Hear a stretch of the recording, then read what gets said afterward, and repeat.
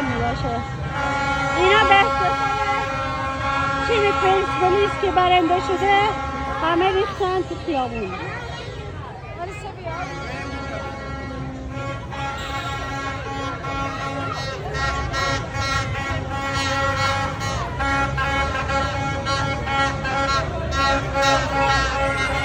چه خبره بیتا جون؟ نمیدونم.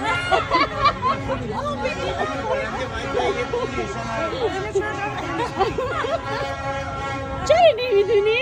نمیدونم فکر کنم کل مادرش.